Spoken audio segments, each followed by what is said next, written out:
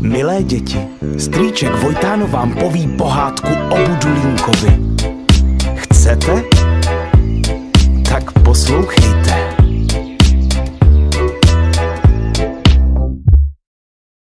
Bylo nebylo, jedno malý mimino, co zlobilo a bylo trochu debilo a oči divně kulilo. Něco mu prej chybělo a něco mu zas přibylo a nebylo to kilo, těch málo mělo.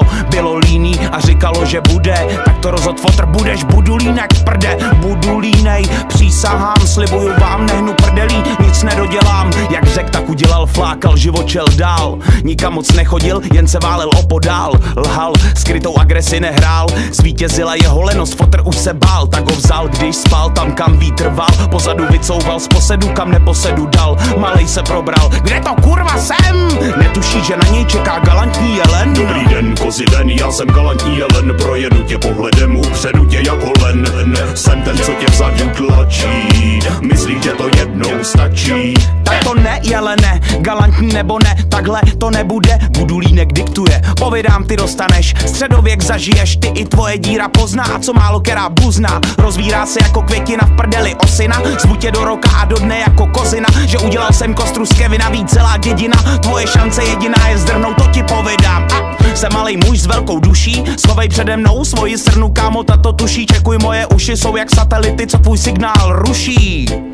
A ještě mi to sluší, a ještě mi to sluší, a ještě mi to sluší. Ty mý uši, ty mý uši, ty mý uši. Dobrý den, kozy ven, já jsem galantní jelen. Projedu tě pohledem, upředu tě jako len. Jsem ten, co tě vzadu tlačí. Myslíš, že to jednou stačí? Jen co to jelen dořekl, popadl ho Budulínek a cloumal s ním o 106.